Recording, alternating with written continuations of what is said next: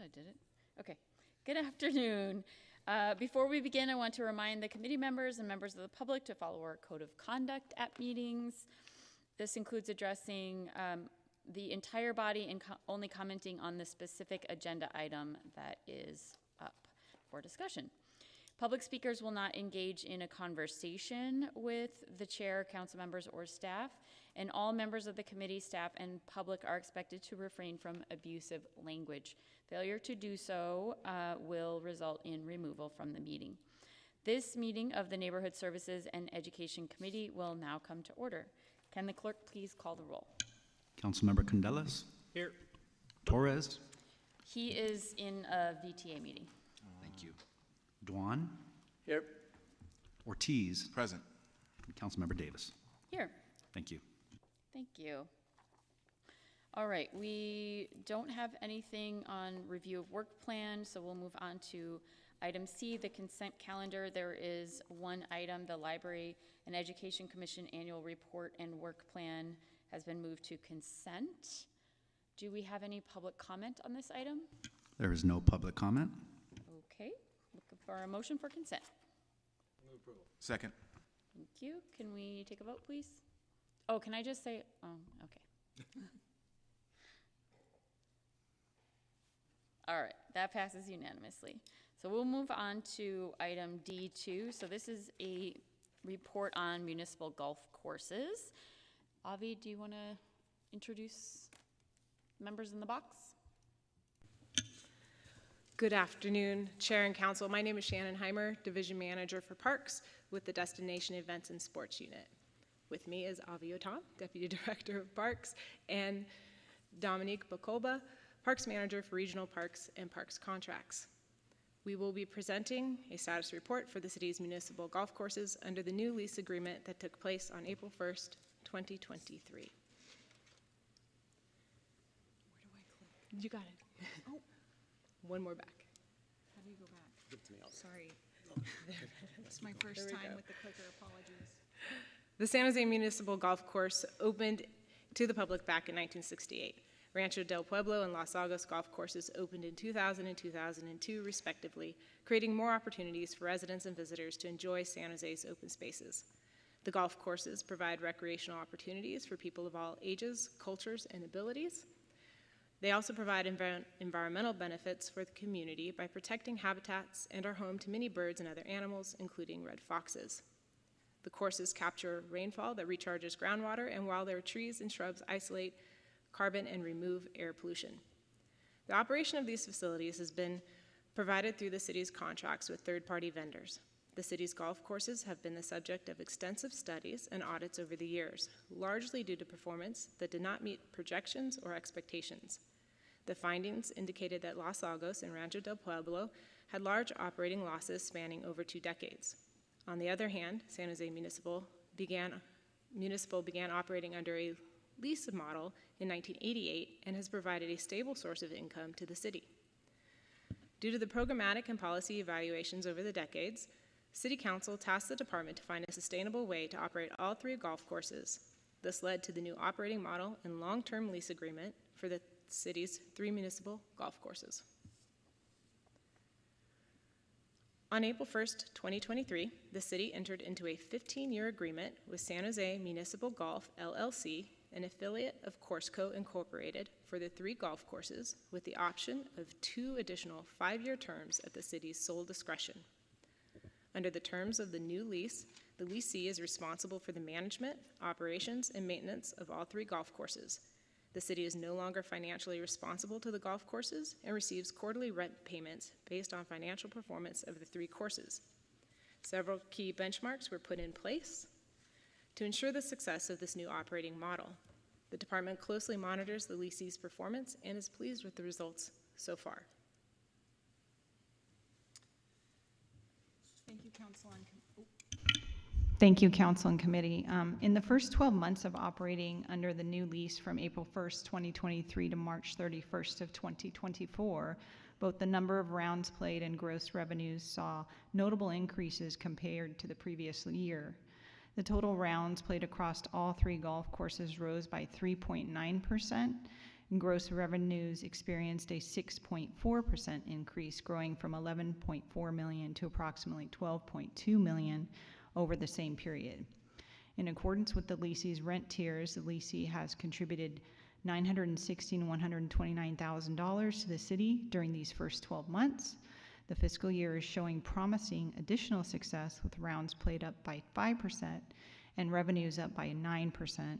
Recent trends indicate that this growth may continue. The new lease agreement includes several important terms. The lessee must handle all maintenance of the golf facilities and invest $2 million of their own money in capital improvements, with all projects needing department approval. Additionally, the lessee contributes 3% of their total gross receipts into a capital maintenance fund to upkeep existing assets. In 2023, the lessee invested $104,000 in capital maintenance projects, primarily targeting repairs to the irrigation infrastructure. And in 2024, the lessee plans to invest approximately $2.1 million in capital improvements and $257,000 in capital maintenance. Proposed projects include replacing netting poles, renovating cart pathways, enhancing the driving range, and installing top tracer technology for shot analysis and interactive games.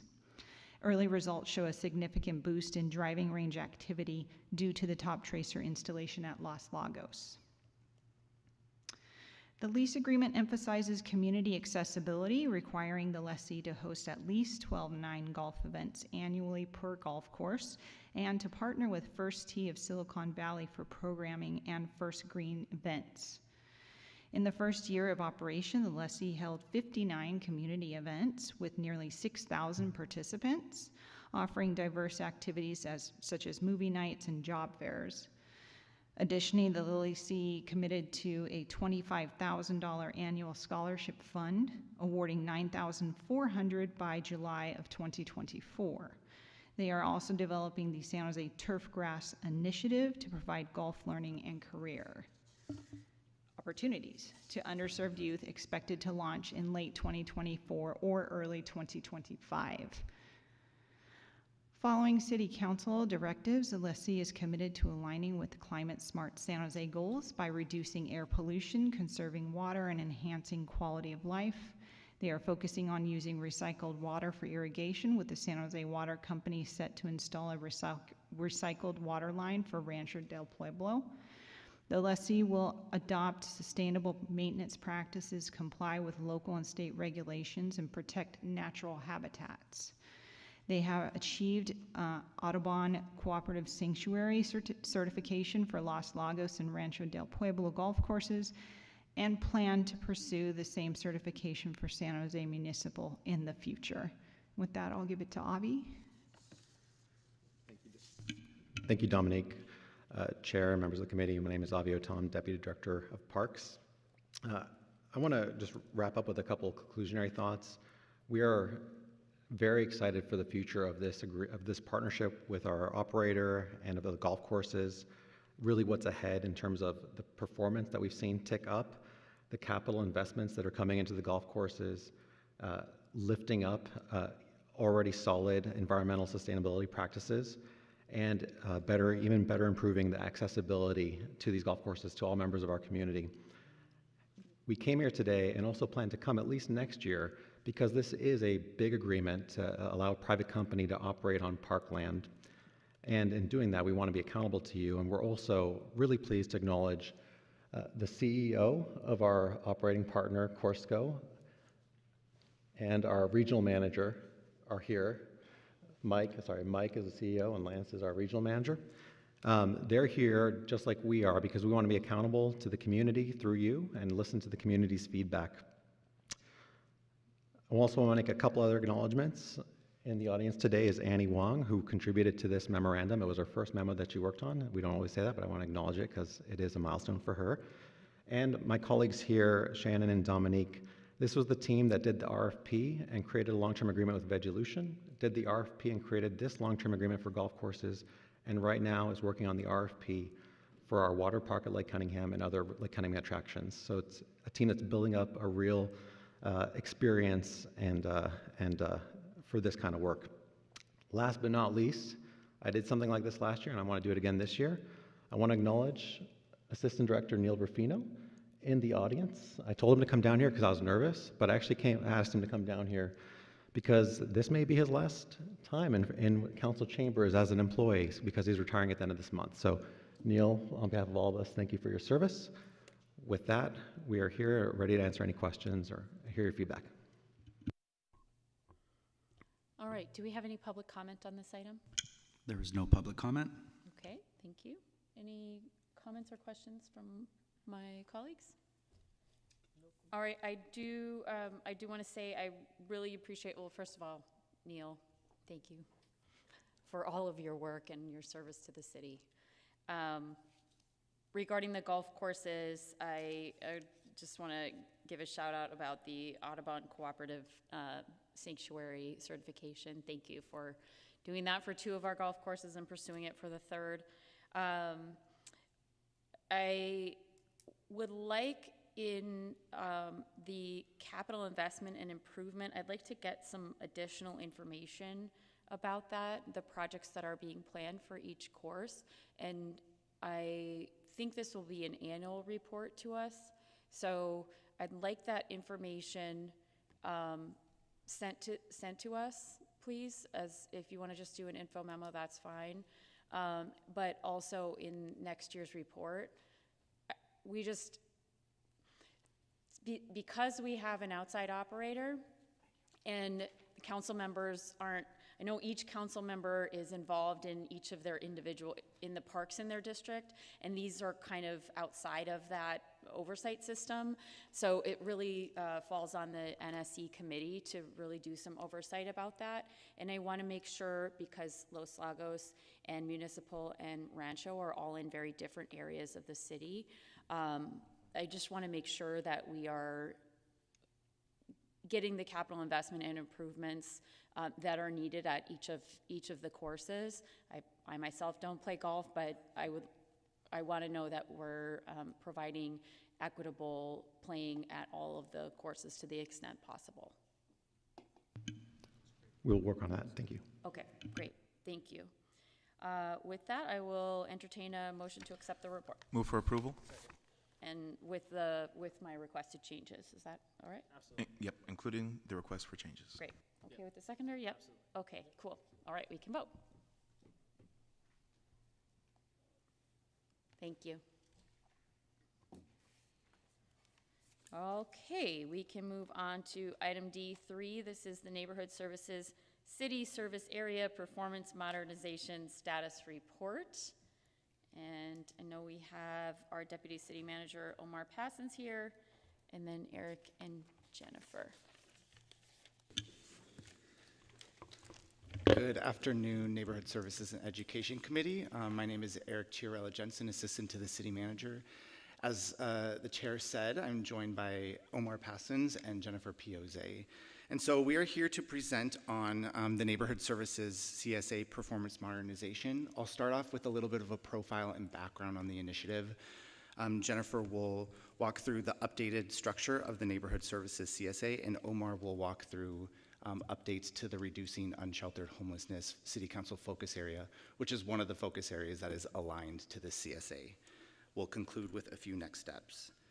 So really the purpose of our initiative is to tell the story of impact for this CSA in alignment with the city manager's focus area of driving organizational performance.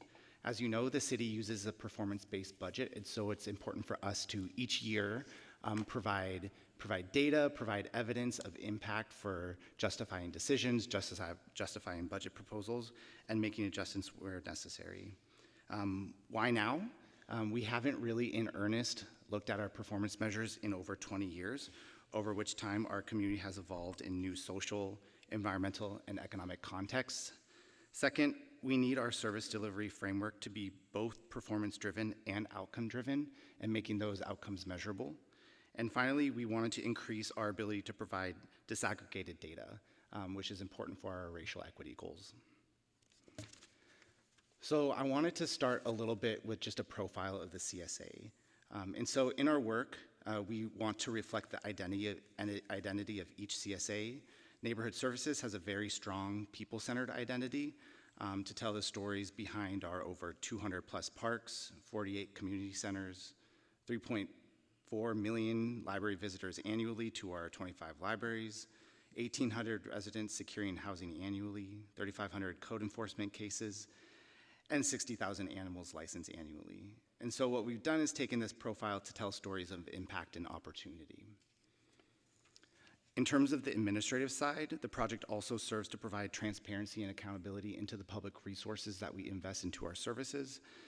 In total, with this update, we're measuring around 20% of the city's annual budget over 5 departments and 9 core services.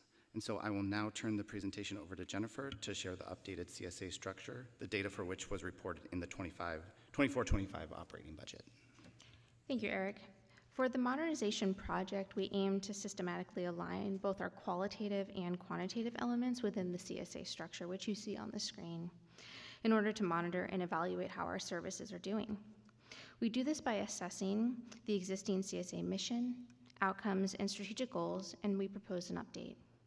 These draft updates were then used to guide the creation of community indicators, which were new with the Neighborhood Services CSA, and propose updated CSA and core service performance measures, as well as updated activity and workload highlights.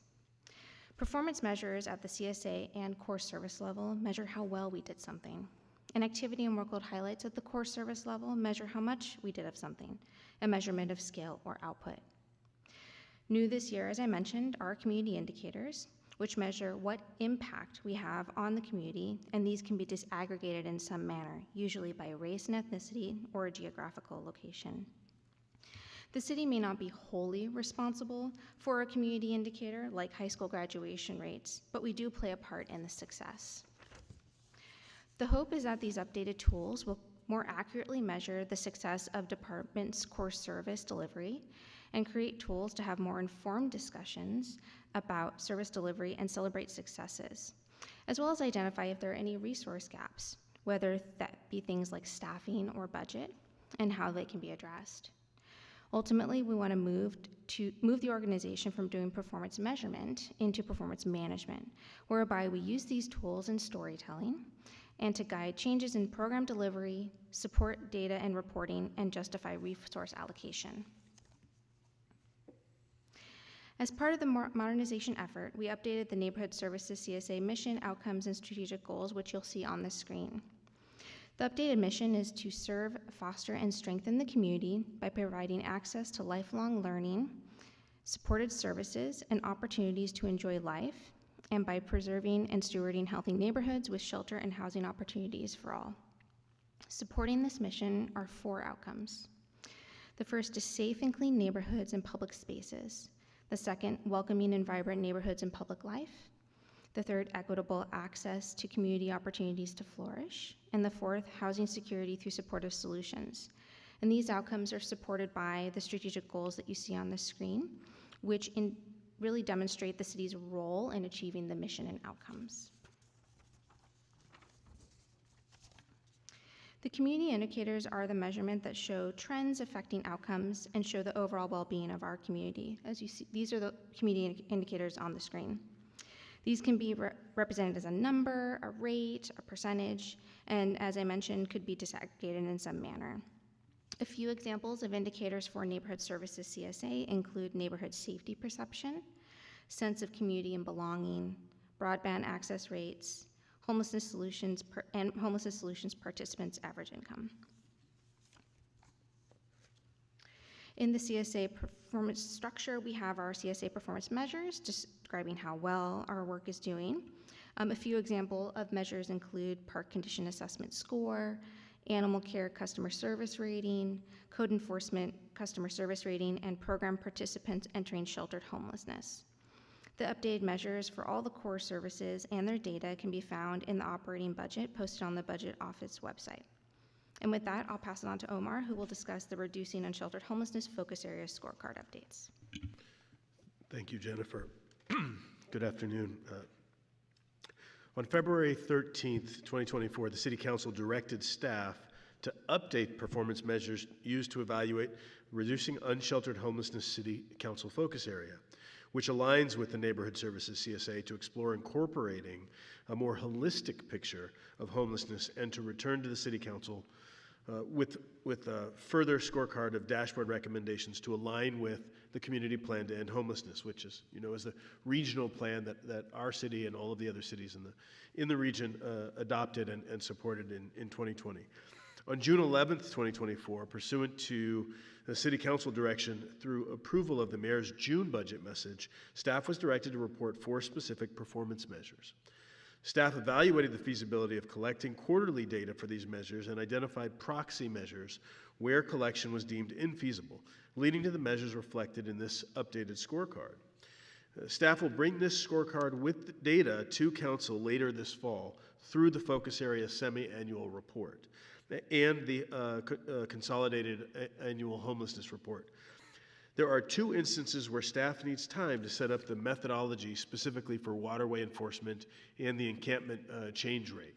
I'd like to now pass it back to Eric for next steps. And so to close out, our recommendation today is to accept the status report. In terms of a couple next steps that you should expect from us, you will see data for the focus area scorecards in our semi-annual report on the focus areas on October 1st. As part of the annual budget process, the Budget Office publishes each of these components along with the data for the measures in the operating budget each year. And finally, as part of the budget study sessions and the budget deliberation process, you should expect the CSAs to be providing those measures and to take those into consideration when crafting budget proposals. Finally, I'd like to close it with some appreciation for our partnership with the Neighborhood Services CSA departments, along with our partners in the Office of Racial and Social Equity, the Budget Office, specifically Claudia Chang, and our IT partners, specifically RT Tangri and her team. So thank you. We're available for questions. Thank you. Do we have any public comment on this item? There is no public comment. All right. I do want to call on Councilmember Ortiz, but I have just a clarifying question first. When we talk about I think it was slide 8, the interim shelter utilization rate, what is that exactly? So it's distinguishing specifically the shelters that are within the city of San Jose's control. So the emergency interim housing is an example. The BHCs or bridge housing communities is an example. It's the pile that the portion of that larger network that we have direct control and ability to report on. And utilization rate is just what percentage of the total available beds are being utilized at any given time. Okay. Are we also going to be tracking as not a performance indicator, but just as an informational indicator, how long it takes to turn over those beds when they become empty? Because we've encountered this in the arena residences, which is that the available beds at any one time are almost 100% utilized, but there are a percentage of beds that are offline at any one time because someone moved out and that room has to be remediated in some way. Sometimes that's a small amount of time, a small elapsed time, and sometimes it's a longer elapsed time depending on the amount of damage that has occurred. So what's the utilization rate? Is it of available beds at any one time, or how are you incorporating the time that beds are offline? So I would say the most direct answer to your question, whether we would be tracking that length of time, is yes. I think that part of what the Housing Department Director, Eric Sullivan, has brought into the conversation is the proper ways to both bring those online in a shorter window when they turn over, and also ways to track how long that is happening and what needs to be done to shorten that window. So I know those are all things that the Housing Department is working towards, and I think we'll be able to sort of provide an even greater picture when we come back with the fall report. Okay, great. That's really helpful. It was something that I hadn't thought about in in those terms for Evans Lane, but as there is such a great need for those beds, and our CAC is very, very interested, the Arena CAC is very, very interested in the time that beds are offline. We've been kind of talking about that, and it can vary widely from a couple of weeks for just, a coat of paint to a much longer time because there's been damage in the room or in the bathroom or whatever. So thank you for that clarification. Councilmember Ortiz. Thank you, Madam Chair. Thank you so much for the report. I'll try to keep these questions very short. So I wanted to ask, how do staff use these essentially citywide performance measures to improve specific city resources that might need more attention? So, a resident that visits a library in one district, maybe Almaden Valley, may feel a lot different than visiting a library in my district, or vice versa. So how do we take this big picture, I guess, performance report and use it to take action? Thank you for the question. So we set up kind of data reporting and collection alongside our budget deliberation process, right? And so generally, departments should be taking these measures into consideration when they're crafting proposals.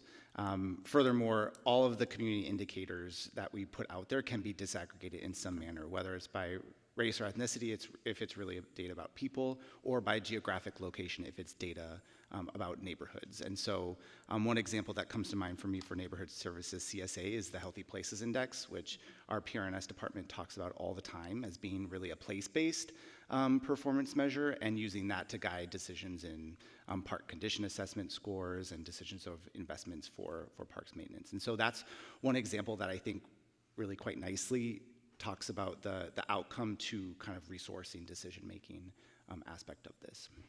Thank you. I appreciate that.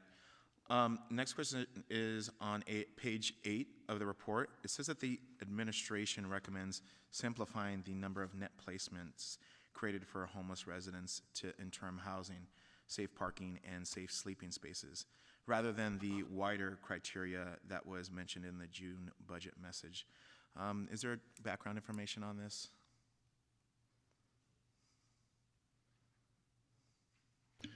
So there were a number of measures I think the most direct answer to that question is that there were a number of measures that were requested that the relevant departments went and took a look and said, what's feasible here? Where is there an actual data source for this information that's being requested, and where is there not?